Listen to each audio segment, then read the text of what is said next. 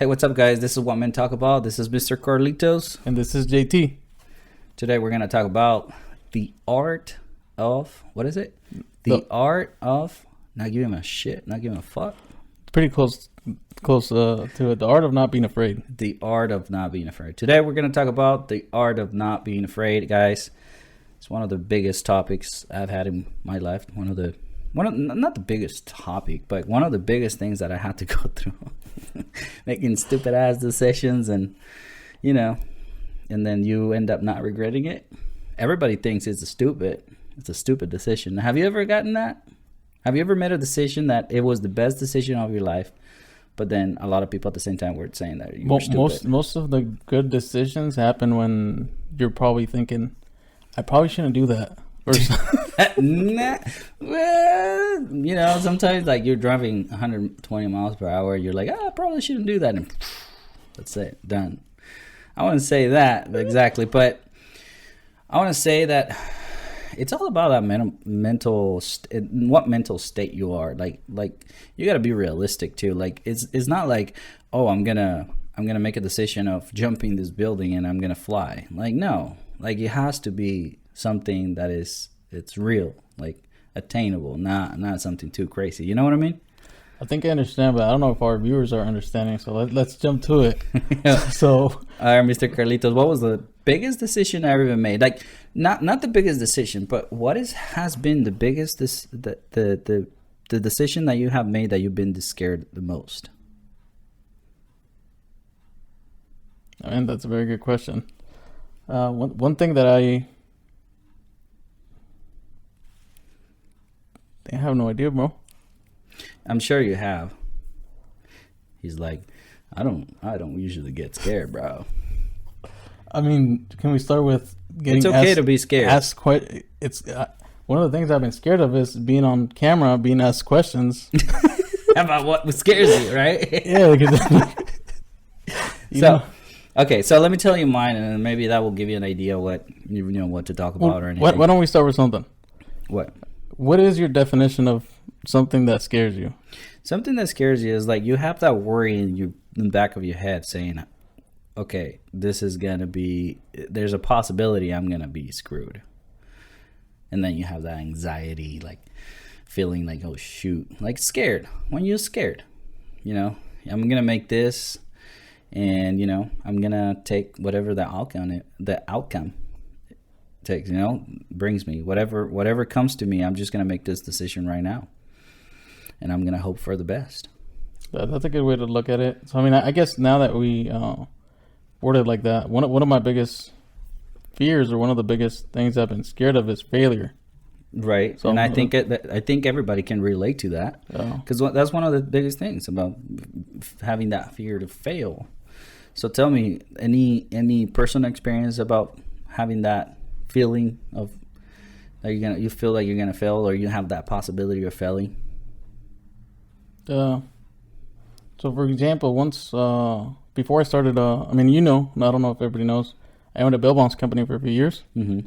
Before I opened up the company, I was not too sure of it being successful, and the people around me, everybody would tell me it's not gonna work out.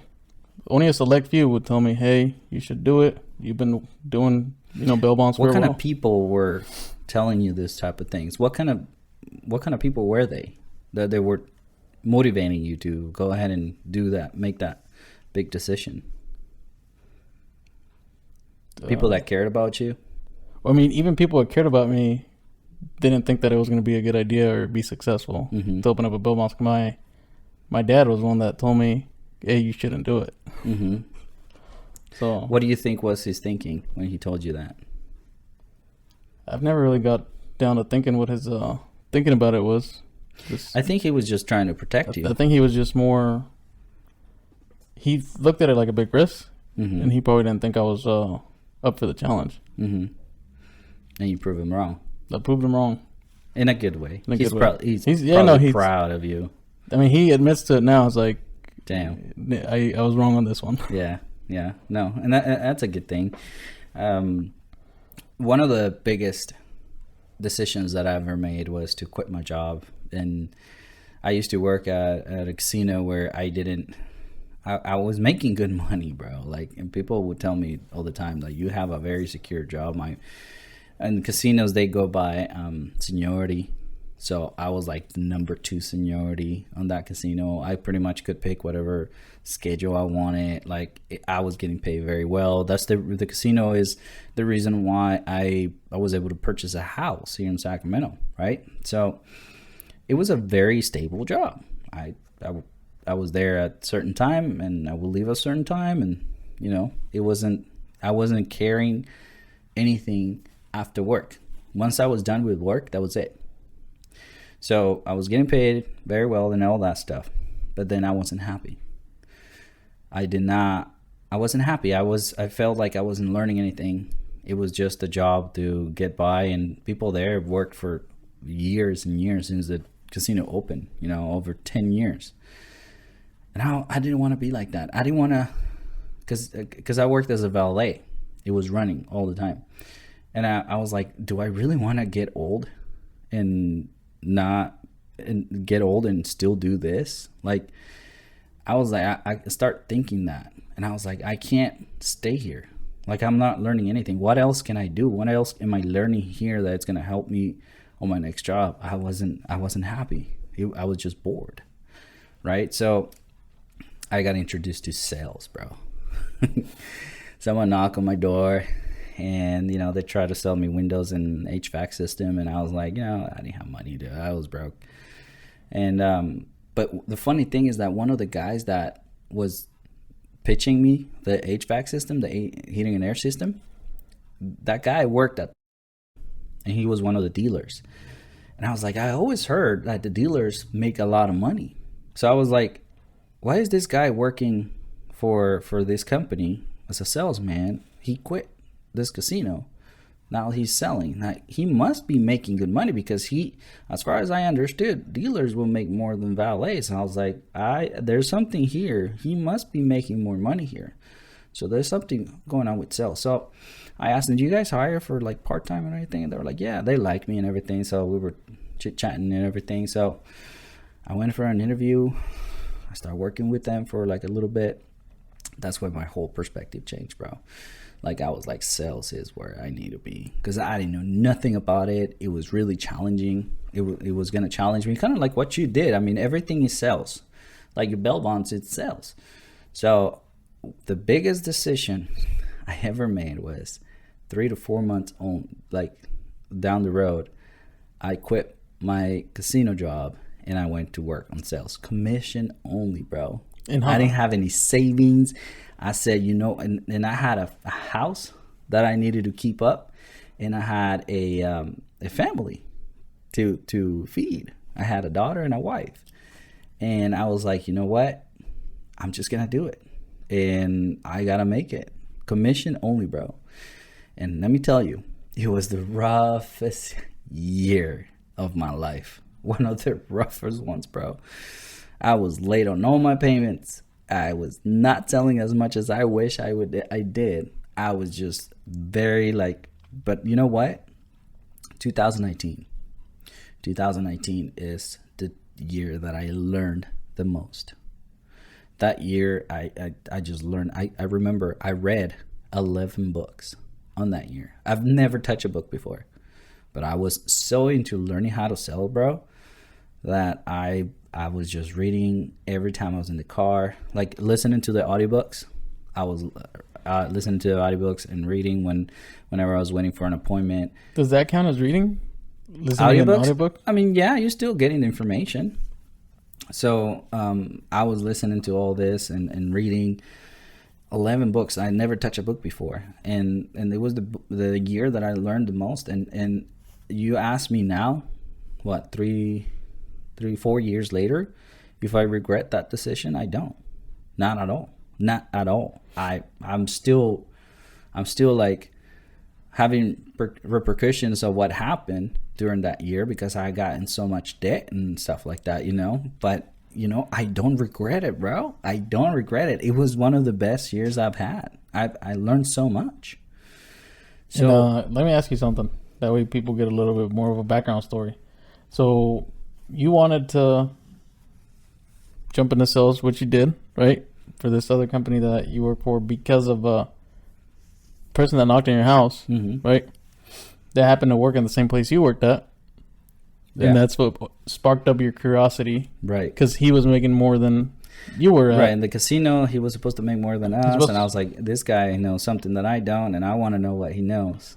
All right, so now this is where my question comes in. The little bit of a background. How long were you working at this casino before? 4 years. So you're there for 4 years. So if this guy would have never knocked on your door, What would I have been doing? I What- was looking for something. you I was already looking for had something. the idea of I don't know where I would be, but I was looking for something. And that's the thing. Like, I worked there for 4 years, and I can tell you right now that I regret working there for 4 years. Completely. One of the biggest things I used to say when I started sales is like, I wish I would have started this when I was 18. I wish this would have been my first job. I wish. Like, my biggest regret is the opportunities that I did not take. That is my biggest regret. I will never regret the big decisions where I was almost shitting my pants of how scared I was. I will never regret those decisions. That's the funny thing, and that's why that's how the art of not giving a fuck. Like, that's the art of not being afraid, not being giving afraid. a shit. Yeah, right. Not being afraid. Well, you have to give a couple shits because you're so scared that you almost shit yourself to then end up not giving a shit, right? Bro, here's the thing. Like, we all gonna be scared. We all gonna be scared of making that big decision, But it's more. It hurts more having the opportunity to do something and not taking that opportunity. I think that's the one thing that a lot of people don't realize is that the scariest part about making a big life-changing decision is actually not making the decision. That's what I tell everybody. Everybody that has that dream, that opportunity, take whatever opportunity you have. If they offer you something, if you have any opportunity, just take it. Just take it, bro, because you're going to regret not taking it. I don't know if this is true, but one of the guys that worked with me or works with me still, he mentioned that he was on one of those meetings where the owner of Starbucks was trying to get some investors. And literally everybody in the room said no. Even he did. Everybody in the room said no to Starbucks. And look at Starbucks now. Look at Starbucks now. This When's is the an last older time guy. you had Starbucks? It's been a while. I really don't have Starbucks, but I do buy their coffee, their whole bean coffee. Well, then that means you recently had Starbucks last time you had a coffee. Yeah, Maybe not at a Starbucks store, but you bought the product. A couple months ago probably. But that's it, and that's what he says. I regret that. I regret not taking the opportunity. I'm not saying go ahead and start investing in whatever shows up on you. I mean, it still has to be. I mean, that's why casinos are open.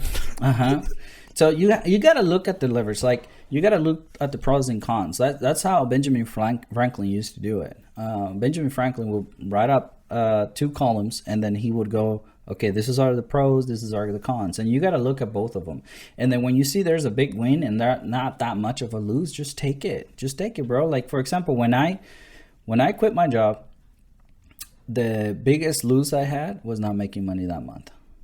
That was the worst case scenario. But if you think about it, Well, not just that month, right? Or did you take time off of work before you quit? Or you just said, fuck it, I quit?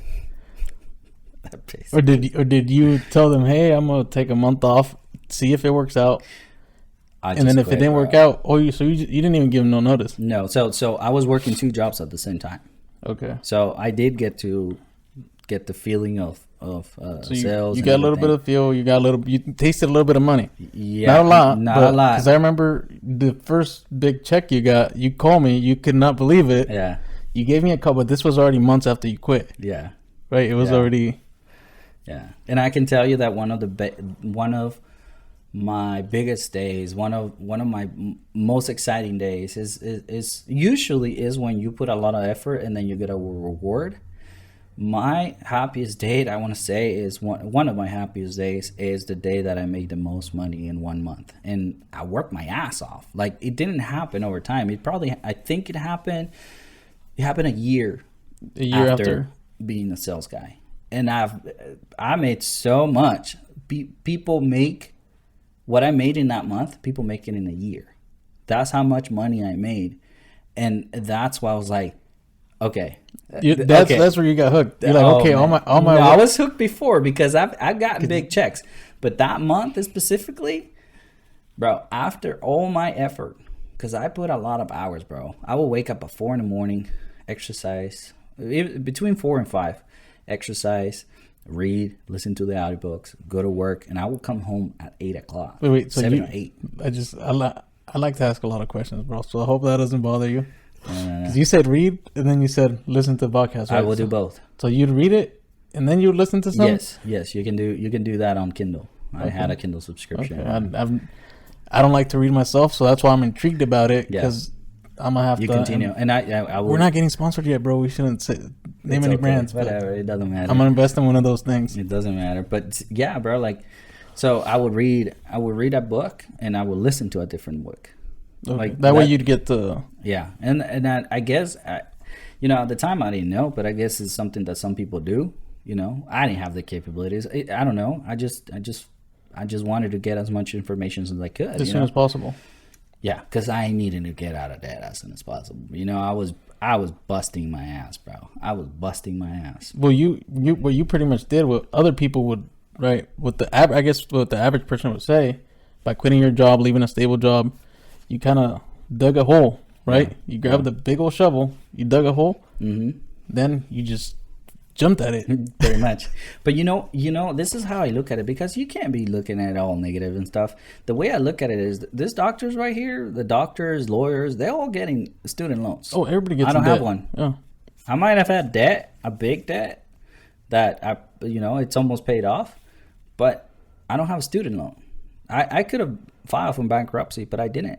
I didn't want to, and I didn't feel the need of doing that. So that's how I feel. That I paid that much money to learn how to be a salesman, and I don't regret it. I don't regret it, bro. You went to the school, what people call the School of Hard Knocks, right? I guess so. That's what people call it. I mean, I don't know. I've heard it before. No, I never heard that term before. School life, pretty much. Pretty much, and that's how you really learn, dude. Like I read one time that 1 year or 2 years of canvassing, it equals to a 4-year college degree. Like because you talk to so many people, and then you have to learn how to talk to people. You have to learn what to say and what not to say, and how to say it. Some people might think it's mind controlling, you controlling. No, it's they call it the art of selling, the art of the influence people, the way that influence people, helping people get to make the right decisions. That's what a true salesman does.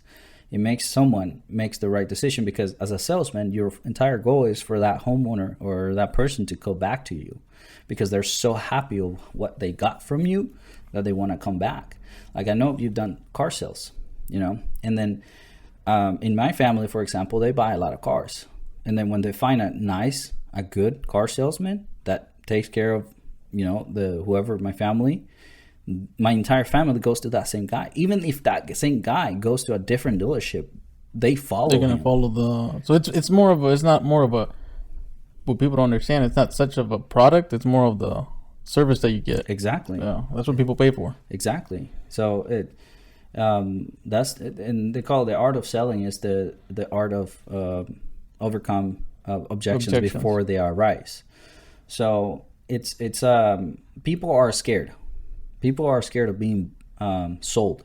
People love to buy, but they're scared of being sold. So as long as you show them like they're not being sold, they're buying something that they want, and it will be good for them, then that's when the homeowner comes back. That's when the customer comes back to you, because you did a good job. They're buying something they need. Exactly. Not something they want. Something they need. It has to. And they want. They have to want it. They both have to want and need it. They sort of have to want it. They sort of have to want it. For example, tires. You don't go out there and just buy tires just because. You buy tires because you need them, right? It's not like unless you want to upgrade your tires and get. Unless you want something like really draggy and that you're into that. But most people are like, I just need tires. They're worn off. Like, I need to get them. But usually people want something. Usually people need something, and that's how it goes. So going back to the art of not being Giving scared up. of making a decision. It comes to that. Like, even if you were to fail, even if I would have failed as a salesman, I mean, you even technically you failed did. a lot. I did. mean, Every day. and that's what made you be the salesman you are now. Exactly. Right. I didn't, dude. It was a month or 2 months, probably more than that. I didn't sell one thing for a couple months. I mean, when I did quit, yes, I did sell, but it was like on and off. I had to save money. I had to make sure that I was saving the money and not spend it, because it was like sometimes a full month I would not sell anything, you know.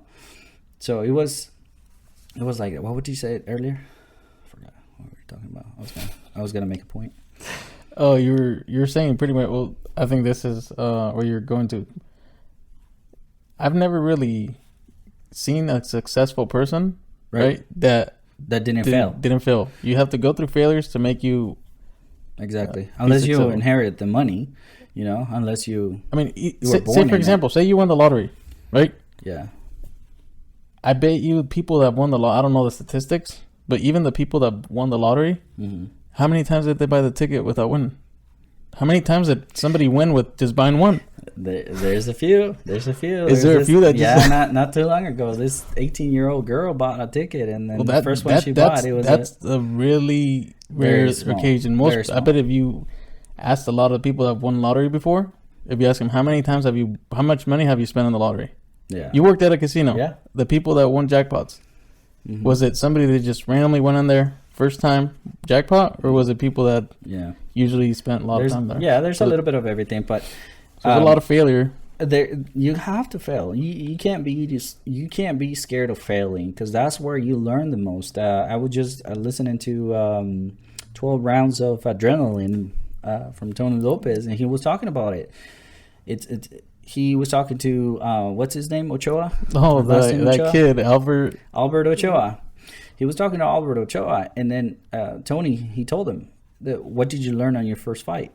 And Albert wasn't really couldn't answer exactly what Tony wanted to hear, and he couldn't figure it out. So I figured it out, and then Tony later on he said it. What you learn from your first fight is that you lost. That's where you learn the most.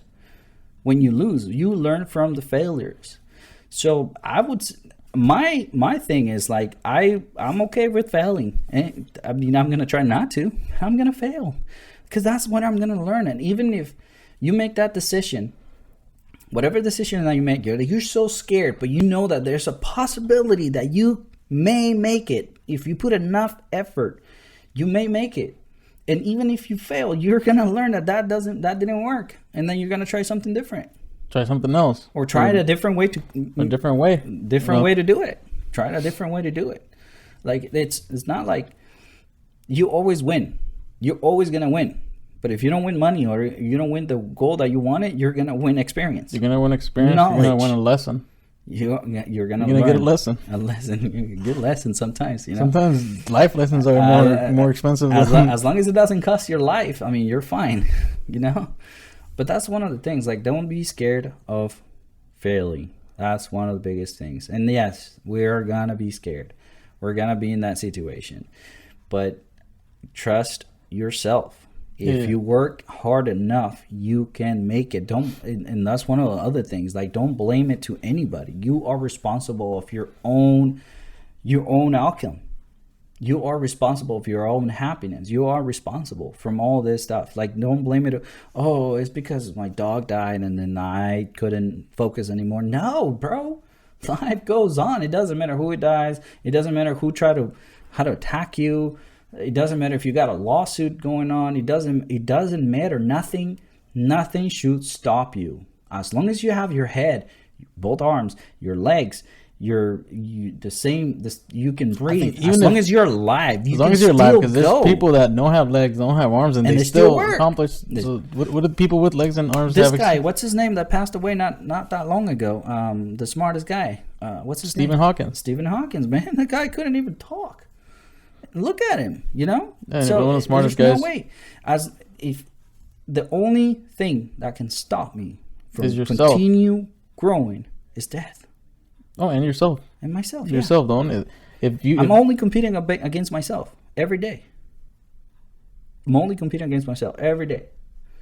So that's something that everybody has to realize. Like, you just got to keep going. If you want to be lazy and you okay with a 9-to-5 job and you're okay with all that, just steady job and all that, that's so be it. That's fine. Nobody's gonna criticize you. I mean, there's a lot of people that are okay with that, and if that's your life, that's okay. There's nothing wrong with that. But this is for the people that want something different, want something else with their life, right? Or feel that there's something else. Take every opportunity you get, even if you're scared. It doesn't matter.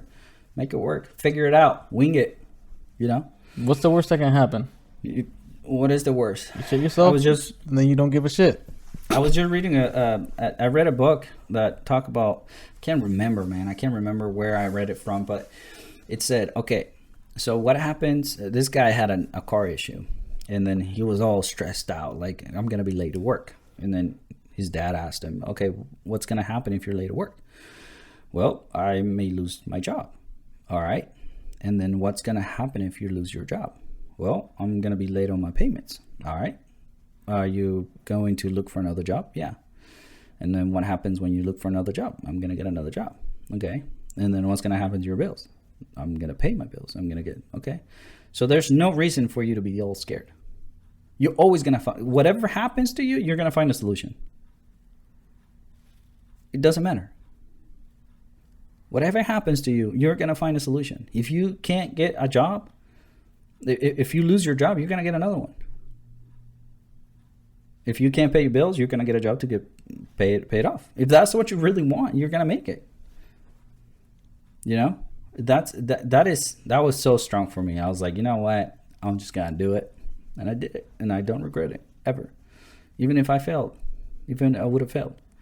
I did fail. You failed a lot, but you learned a lot from that. I ate shit during freaking a long time. Not literally, but almost. Almost.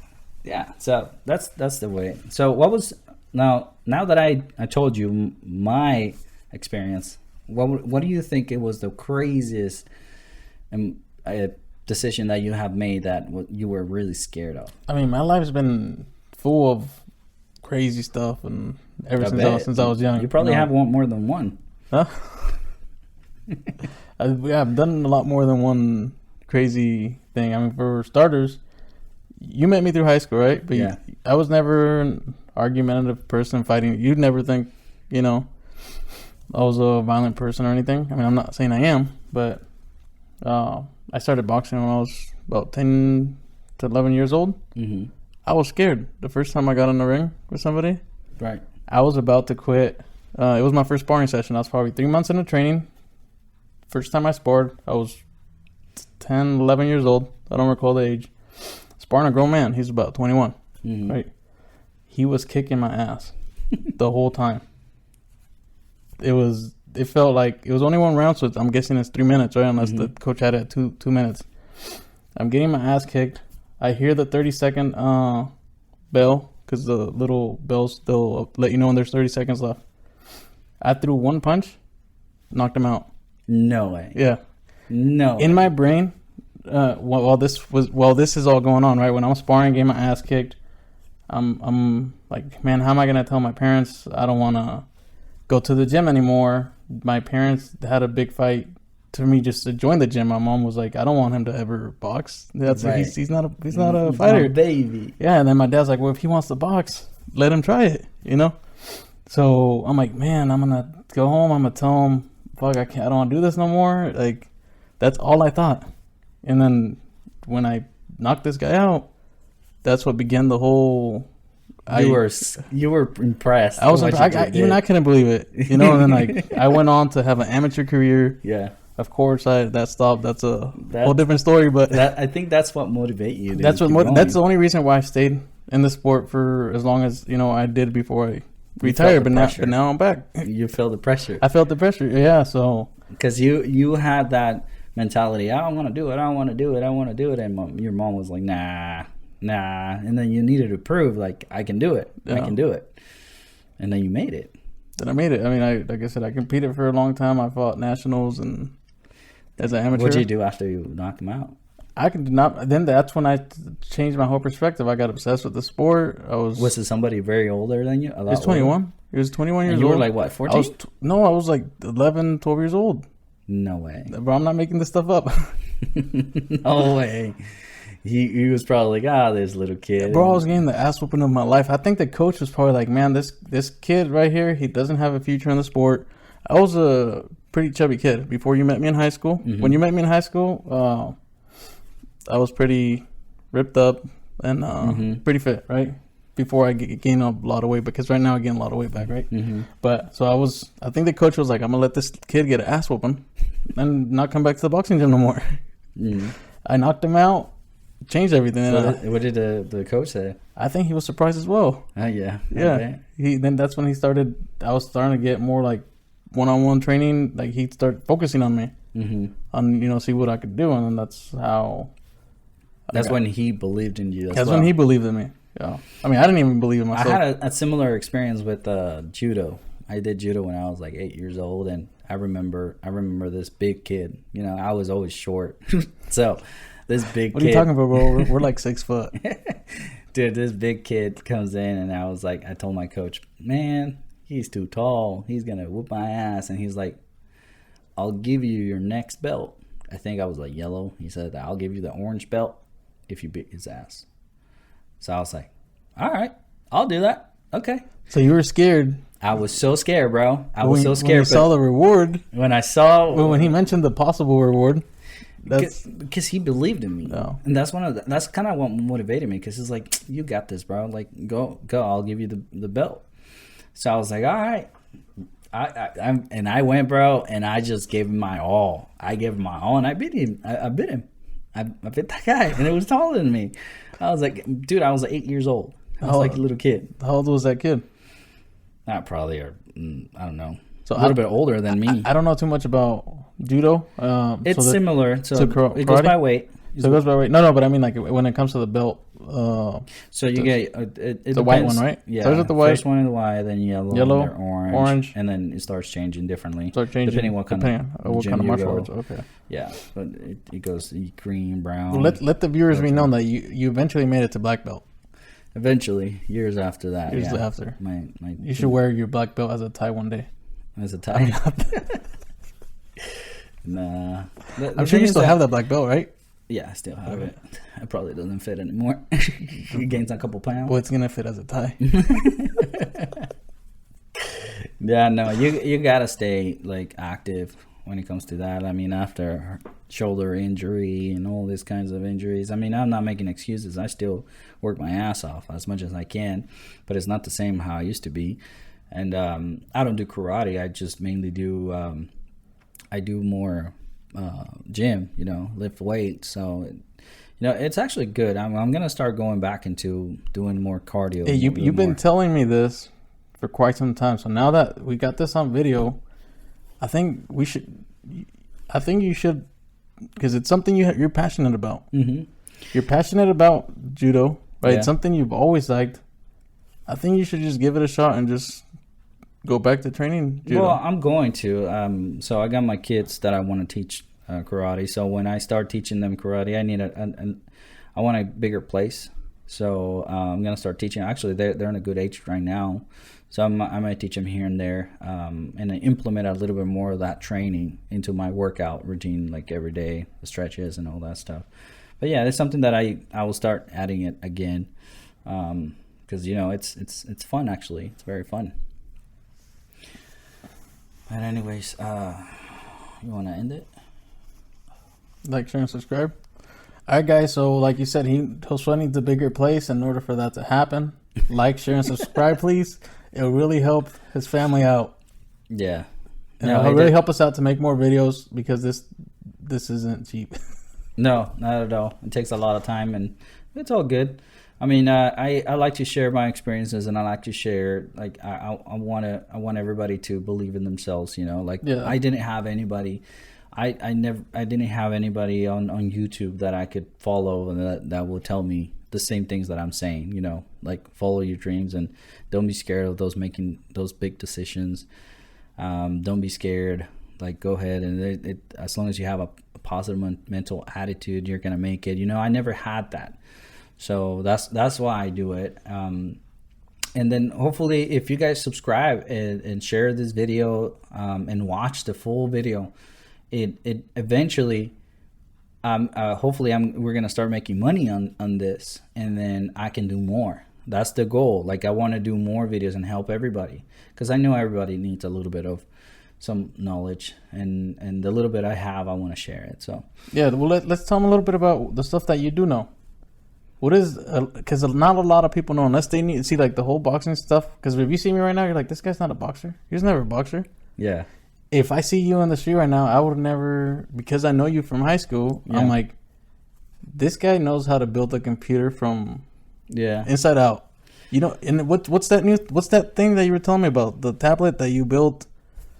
Oh yeah, head unit. I guess what's the, I don't know if it's insulting, right? The term I want to use. Mm-hmm. You're a total geek, right?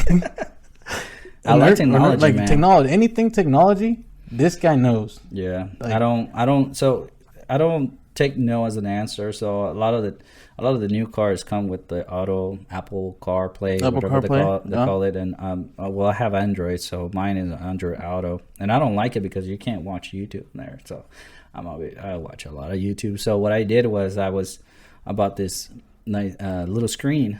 I can for see the car. you spark up already just when you're talking. And like, to me, I'm listening, but it's like Chinese. because I don't. So I know what bought he's this talking screen. I bought this screen You bought for a the screen? car. So it's literally just a screen, Just a screen. display. That's It's all like you you bought. buying like a little monitor. Mm-hmm. So I put that as a head unit, and then in the back of it, I have a little USB hub that you plug in the USB, you plug in the HDMI, and then from there it goes into my phone on a USB-C, and I plug it in, and then there's something called Samsung DeX, which when you connect a display on your phone, the Samsung phone will give you like a computer like UI.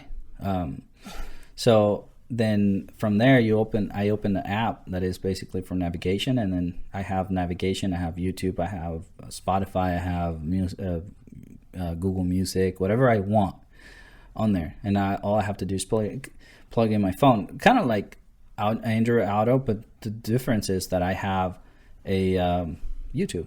You know? All right, guys. So for you guys that are like me that don't understand what he's talking about, that he built. So what this guy built was something that's already somewhat out in the market already, available for about sort of, right? Yeah. For about how much? It's on the market. I mean, the display was $50, and No. But like the software that you created yourself, how much does it normally cost for you to buy that in a store that's already built? How much would somebody spend? It's cheap, probably $300, and then it's something that the same quality, nice screen, and all that. Then you're talking about over $1,000, right? Because I don't understand everything you said, but I understand numbers. Mm-hmm. So something that you built yourself, quality wise, if you want it, and you're not gonna get the same, but similar, you're gonna spend about over $1,000. Yeah. Right. And then how much did it cost you? The display was like $50. I want to say maybe I spent like $150. So you spent about 150, about 10% or so of the cost that it would cost you to get this. Yeah. And not same functions that you want, that because you made all those functions available. So that's what he wants to start making some videos where he'll show people how to all this geek stuff that I don't understand, but I understand numbers. Yeah. And that saves you a lot of money. Save you money.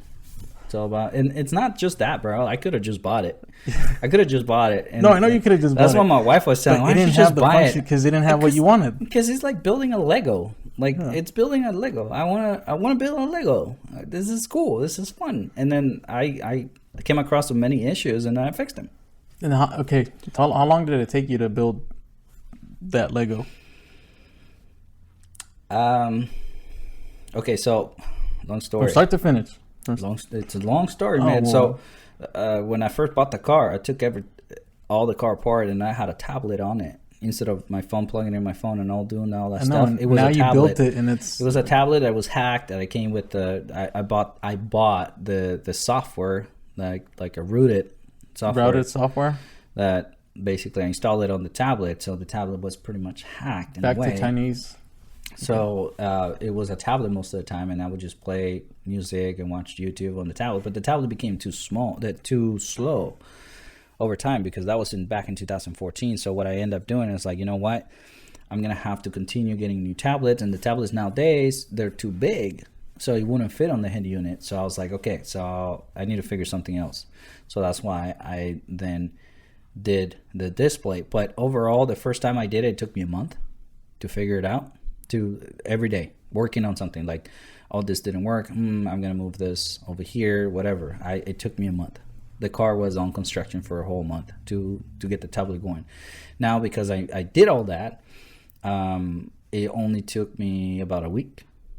Since I decided, okay, I'm gonna do this, and it was mostly like, it took me a day to do it, but it took me a week because to research and and see what I was going to work and what was not going to work. But now that you've done the research, now that pretty much you created this, because it's not something that's, the one that you have in your car is not something that's available anywhere else, because it's custom made. Yeah, pretty much. Right? So how long, with your knowledge that you have now, how long would it take you to build something like that? 2 hours. 2 hours. Depending on the car. Depending on the car. So it depends on the car, depends on the size you want the screen, and like I said, all I know is that normally it costs about $1,000. You can get something that's better than what the store offers for about $150. Yeah. That's without including your labor and I time. still need to get a 3D printer. Okay. I really want one. Oh, let's like, share, and subscribe. We need a 3D printer. For sure. All right, guys. This is the end of our podcast. We're gonna make another video. So I'm gonna go show him my little car, my little project Lego. that You're gonna go show Lego. me. I think that sounds kind of gay. It's okay. It's okay. Well, it's a free world, you know. It is. It isn't it Hey. gay pride? I mean, It's only gay if you like it. I like to identify as a heterosexual, a straight male. What do you identify as? I'm a man. You're a man. I'm a man. Macho. What is a man? Oh man. Well, somebody that has a dick. Let's not get in that, man. That's I don't want to get banned right now. No, let's not get banned. I don't want to get banned right now. Talking about being scared, right? I mean, we have less than 20 subscribers. It's not being scared. It's being smart. Not talking about the things that YouTube doesn't like, and then they're gonna ban you, and then that's it. There goes the dream, you know. There goes the YouTube dream. But The YouTube dream. We'll talk about it later, though. We'll talk about it later once we have a lot of subscribers and stuff like that, and then if YouTube bans us, look, we don't have a lot of subscribers right now, right? Mm-mm. But it's like this: when you watch somebody's channel, that's Mr. Beast. I mean, we're allowed to talk about other subscribers. Yeah. He had what, 5 subscribers. He started somewhere. Videos? He started somewhere. Now he has 100 million, 200 million. Dude, a lot. Too many. That guy has way too many. The videos too many to count. The videos that he made when he started, people did not really watch him. No. But when he became Mr. Beast, then people go back and so this is what this video is going to be. A lot of people are not going to watch it right now. No. But maybe in a couple years, they're going to come back and be like, let's see what the hell these guys were up to. I'm going to come back and be like, damn, I was so much thinner back then. Damn, I look young. Hopefully I have a better beard by then. It's all good. I think it's the lighting. But thank you guys. Like, Don't share, forget to subscribe again. Don't forget. And share it with your friends. And we'll see you next time, okay? If you have any questions, put it in the comment down below. If you want us to talk about something or what we think about something, just let us know, man. Just let us know. Don't be shy. Just put a comment. We want to interact with Even you if guys. you want to say these guys are idiots, just put it on the comments, man. It don't matter. We don't care. It's all good, bro. It's all good vibes. All right? We do not give a shit. The art of not giving a shit, we've learned very well. It's all good, man. All right, guys. You guys take care. See you.